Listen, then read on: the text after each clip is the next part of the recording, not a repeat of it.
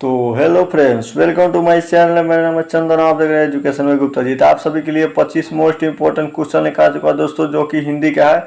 इसको आपको सही से नोट कर लेना है। सारे बोर्ड एग्जाम में पूछे हुए प्रश्न है। अगर उससे पहले मेरे चैनल पर पहली बार आए तो मेरे चैनल को सब्सक्राइब और साथ में बेल आइकन दबा दीजिए, ताकि हमारा कोई भी नया वीडियो अपलोड हो तुरंत आप तक पहुंच जाए दोस्तों। तो चलिए बिना समय गए क्वेश्चन को चलते हैं। तो आपको पहला नंबर में दिया जाए, वारेन डंगवाल किस विचारधारा के कवि है दोस्तों? वारेन डंगवाल किस विचारधारा के कवि है? ये नंबर है जनवाद, और बी रहस्यवाद, और सी रीतिवाद, और डी नंबर में फूफीवाद। तो आपका इसका राइट आंसर हो जाएगा दोस्तों, ये नंबर में होगा जनवाद के कवि है दोस्तों। इसको आपको सही से नोट कर लेना है।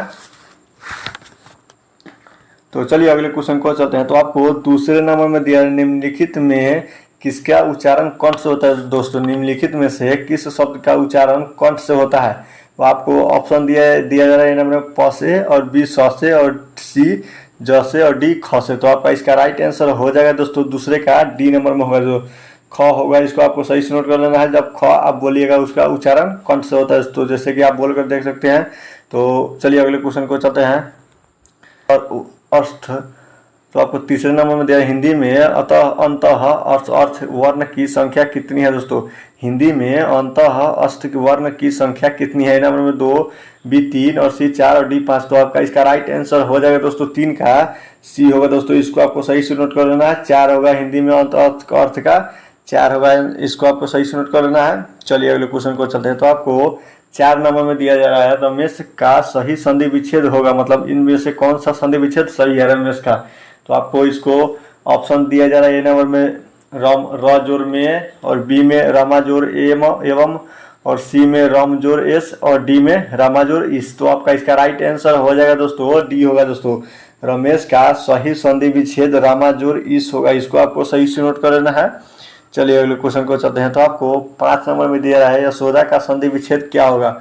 यशोदा का संधि विच्छेद क्या होगा? ए नंबर में यश जोर धा, और बी में यह जोर दा, और सी में यशो प्लस धा, और डी में यश प्लस उदा।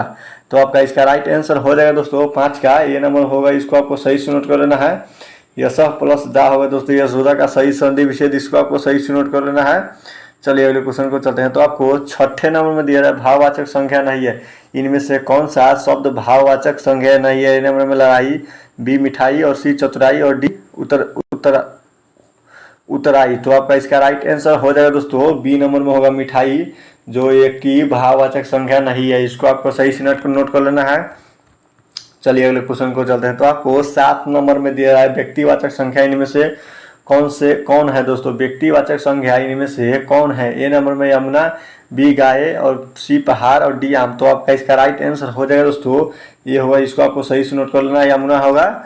चलिए अगले क्वेश्चन को चलते हैं। तो आपको 8 नंबर में दे रहा है, पुरुषवाचक सर्वनाम नहीं है। पुरुषवाचक सर्वनाम नहीं है। ए नंबर में आपको बी इनका, और सी जिनको, और डी हमको। तो आपका इसका राइट आंसर हो जाएगा दोस्तों 8 के सी नंबर में होगा दोस्तों, ये जिनको होगा। पुरुषवाचक सर्वनाम नहीं है तो जिनको को बोलते हैं। इसको आपको सही से नोट कर लेना है। चलिए अगले क्वेश्चन को चलते हैं। तो आपको 9 नंबर में दिया है, निम्नलिखित वाक्यों में से किस वाक्य में सर्वनाम का अशुद्ध प्रयोग हुआ है दोस्तों? निम्नलिखित वाक्यों में से किस वाक्य में सर्वनाम का अशुद्ध मतलब खराब शब्द प्रयोग हुआ है? ए नंबर में वह स्वयं नहीं आना चाहता, और बी में आपके आग्रह पर मैं दिल्ली जा रहा हूँ, और सी में मैं तेरे को एक घड़ी दूंगा, और डी में मुझे इस बैठक की कोई सूचना नहीं थी दोस्तों। इसको आपको सही से नोट कर लेना है। तो आपका इसका राइट आंसर हो जाएगा दोस्तों 9 का सी नंबर होगा दोस्तों। इसको आपको सही से नोट करना है। मैं तेरे को एक घड़ी दूंगा दोस्तों, ये अशुद्ध सर्वनाम है दोस्तों, वाक्य है। इसको आपको सही से नोट कर लेना है। मैं तेरे को मतलब उसको बोल रहा है, तेरे को एक घड़ी दूंगा। तो ये सर्वनाम अशुद्ध वाक्य है दोस्तों। इसको आपको सही से नोट कर लेना है। चलिए अगले क्वेश्चन को चलते हैं। तो आपको 10 नंबर में दिया है, कौन सा शब्द स्त्रीलिंग है? मतलब स्त्रीलिंग कौन सा शब्द स्त्रीलिंग है? ए नंबर में सहारा, बी सूचीपत्र, और सी सियार, और डी परिषद। तो आपका इसका राइट आंसर हो जाएगा दोस्तों परिषद होगा। इसको आपको सही से नोट कर लेना है, डी नंबर में होगा। चलिए अगले क्वेश्चन को चलते हैं। तो आपको 11 नंबर में दिया, निम्नलिखित में से कौन सा शब्द पुल्लिंग है? पहले स्त्रीलिंग पूछ रहा था, अब पुल्लिंग पूछ रहा है। निम्नलिखित में से कौन सा शब्द पुल्लिंग है? नंबर में कपट, बी सुंदरता, और सी मुखरता, और डी निंद्रा। तो आपका इसका राइट आंसर हो जाएगा दोस्तों 11 का ये नंबर होगा। इसको आपको सही से नोट कर लेना है, कपट होगा। चलिए अगले क्वेश्चन को चलते हैं। तो आपको 12 नंबर में दिया निम्नलिखित में कौन सा शब्द एक वाचक है नहीं है। निम्नलिखित में कौन सा शब्द एक वाचक नहीं है। नंबर में समाचार, बी आज और सी हवा और डी वर्षा। तो आपका इसका राइट आंसर हो जाएगा दोस्तों वर्षा होगा। इसको आपको सही, तो आपका इसका राइट आंसर समाचार हो जाएगा दोस्तों। इसको आपको सही से नोट कर लेना है। चलिए अगले क्वेश्चन को चलते हैं। तो आपको 13 नंबर में वचन का क्या अर्थ है दोस्तों। वचन का क्या अर्थ है। नंबर में कहना, बी संख्या और सी बताना और डी यह सभी। तो आपका इसका राइट आंसर हो जाएगा दोस्तों 13 का डी नंबर में होगा। इसको आपको सही से नोट कर लेना है। सभी हो दोस्तों, कहना संख्या बताना ये तीनों हो जाएगा। इसको आपको सही से नोट कर लेना है। तो चलिए अगले क्वेश्चन को चलते हैं। तो आपको 14 नंबर में दिया है, जहाँ कर्ता स्वयं काम न करके दूसरे को करने की प्रेरणा देता है वह कौन सी क्रिया होगी दोस्तों।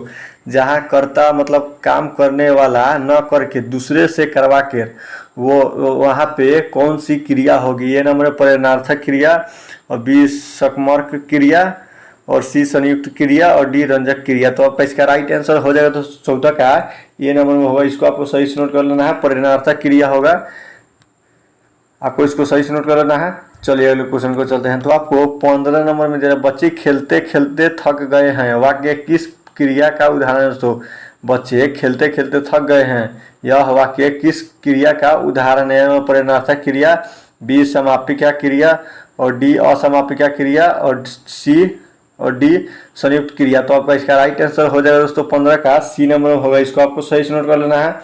असमापिका क्रिया होगा दोस्तों। ये बच्चे जैसे खेलते खेलते थक गए हैं, यह असमापिका क्रिया होगा। इसको आपको सही से नोट कर लेना है। चलिए अगले क्वेश्चन को चलते हैं। तो आपको 16 नंबर में दिया है, आराध्या बहुत तेज लड़की है दोस्तों। आराध्या बहुत तेज लड़की है रेखांकित शब्द है, मतलब यह कौन सी रेखांकित शब्द है। नंबर में परिवेशन, प्रतिवेशन और बी में विशेषण और सी संख्या और डी सर्वनाम। तो आपका इसका राइट आंसर हो जाएगा दोस्तों सर्वनाम होगा। इसको आपको, तो आपका इसका राइट आंसर हो जाएगा दोस्तों प्रविवेशन होगा दोस्तों, हो जाएगा दोस्तों प्रविवेशन हो जाएगा दोस्तों। ये राइट आंसर इसका ए हो जाएगा। चलिए अगले क्वेश्चन को चलते हैं। तो आपको 17 नंबर में दे रहा है, अंगार बरसना मुहावरे का अर्थ क्या है दोस्तों। अंगार बरसना मुहावरे का अर्थ क्या है। ए नंबर में भयंकर क्रोध आना, बी गुस्सा पड़ना और सी मुसीबत आना और डी कड़ी धूप होना। इसको आपको सही से नोट कर लेना है। तो आपका इसका राइट आंसर हो जाएगा दोस्तों 17 के डी नंबर होगा। इसको आपको सही से नोट कर लेना है। कड़ी धूप होगा दोस्तों। अंगार बरसना मुहावरे का अर्थ होगा दोस्तों कड़ी धूप। इसको आपको सही से नोट कर लेना है। चलिए अगले क्वेश्चन को चलते हैं। तो आपको 18 नंबर में दिया जा रहा है, दूसरे के बच्चे को पालन पोषण करने वाली स्त्री को क्या कहा जाता है। जब दूसरे के बच्चे को पालन पोषण करती है स्त्री, उसको क्या कहा जाता है। नंबर दाई, बी अन्योन्य और सी धाई और डी दामनी। तो आपका इसका राइट आंसर हो जाएगा दोस्तों सी नंबर होगा दोस्तों दाई होगा दोस्तों। इसको आपको सही से नोट कर लेना है धाई। तो चलिए दोस्तों अगले क्वेश्चन को चलते हैं। तो आपको 19 नंबर में दिया रहा है, वह घर से बाहर गया। इस वाक्य में कौन सा कारक है, मतलब काम करता है कारक। ये नंबर कर्ता, बी कर्म और सी करण और डी अपदान। तो आपका इसका राइट आंसर हो जाएगा दोस्तों 19 का डी नंबर होगा दोस्तों अपदान होगा। इसको आपको सही से नोट कर लेना है। डी होगा इसका राइट आंसर। चलिए अगले क्वेश्चन को चलते हैं। तो आपको 20 नंबर में दिया लंबोदर शब्द में किस समास का उदाहरण है।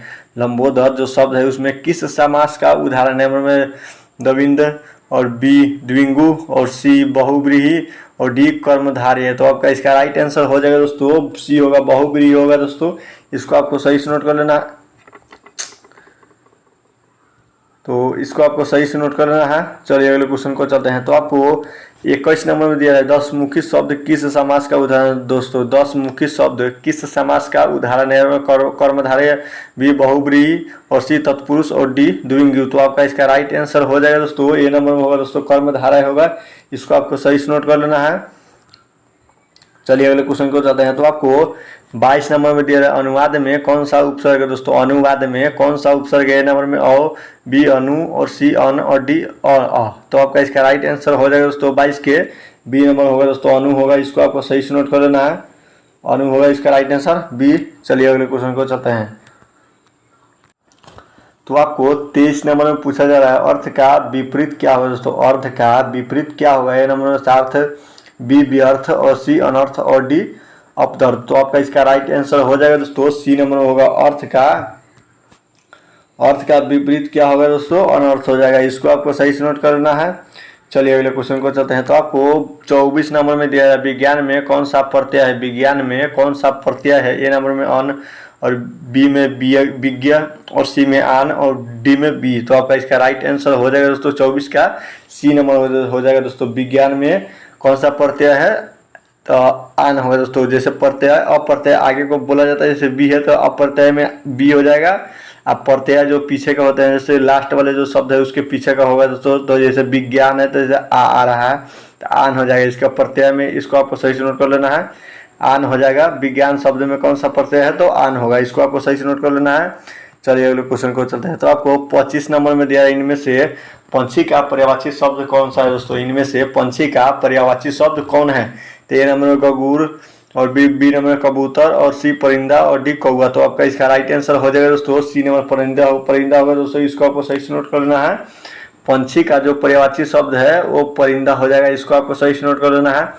उम्मीद करता हूँ कि वीडियो आप लोगों के लिए अच्छा लगा हो तो वीडियो को दे लाइक और चैनल को दे सब्सक्राइब। तब तक जय हिंद, जय भारत।